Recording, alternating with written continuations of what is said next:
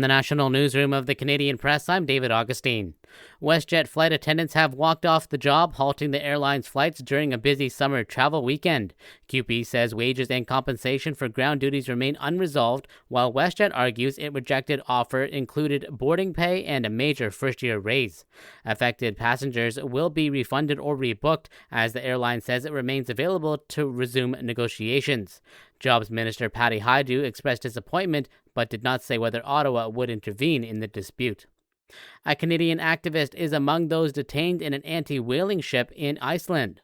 The animal rights activist is from Saskatchewan and part of a group detained off the coast of Iceland's capital, Reykjavik. The ship is operated by a group founded by anti-whaling activist Paul Watson. The Icelandic Coast Guard boarded the protest vessel Bandero on Thursday and detained its crew. Shannon Mann, the Canadian on board, said they were told they were not under arrest, but also told that they couldn't leave the vessel. The Icelandic Coast Guard said the seizure came after the crew of a whaling ship requested assistance, believing their safety was under threat. Don Mitchell, the Canadian Press. In the U.S., appeals made to President Donald Trump by Middle Eastern allies to hold off striking Iran appears to have worked. On Saturday evening, the president posted on social media he has, quote, agreed for the future benefit of the world and likewise the survival of a successful and prosperous Iran to cancel the attack, subject to being able to rapidly make a deal.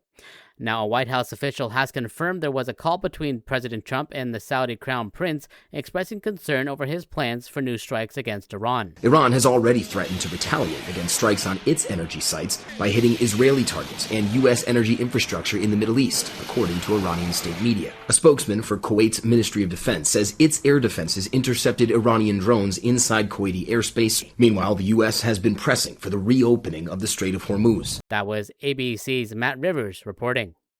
A Quebec court ruled the province violated charter rights by canceling a 2023 Christian event over concerns it would promote anti-abortion views.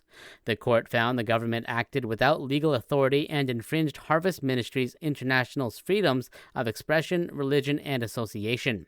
The group says the event focused on reconciliation, not abortion, but its convention center booking was canceled 3 weeks before it began. The court awarded compensation and ordered former Tourism Minister Caroline Proulx to pay $30,000 in punitive damages.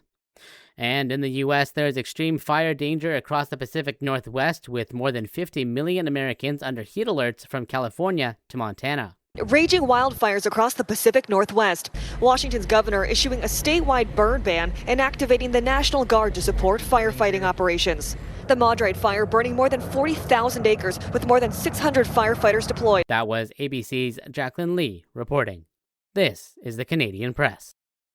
In sports, George Springer had an RBI single and drove in another run with a double as Toronto took down the St. Louis Cardinals 5-1.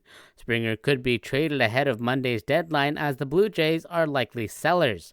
He was asked if he's had conversations with Toronto's front office about a potential trade. No. I mean, I'm here, and I love this team. I love this organization, and as far as I know, I'm here. Now, the win kept the Blue Jays' playoff hopes alive as they improved to 4 games back of a wild-card berth. There are 4 games in the WNBA today, including one in San Francisco, where the Golden State Valkyries host the Toronto Tempo. The 19-9 Valkyries have lost 2 in a row, while the 10-18 Tempo have dropped 5 consecutive games. Elsewhere, the league-leading Minnesota Lynx, winners of 9 in a row, host the Indiana Fever, who have reeled off 5 straight victories. From the Canadian Press, I'm David Augustine. Thanks for listening. Don't forget to follow and subscribe. For more of today's top stories, visit thecanadianpressnews.ca.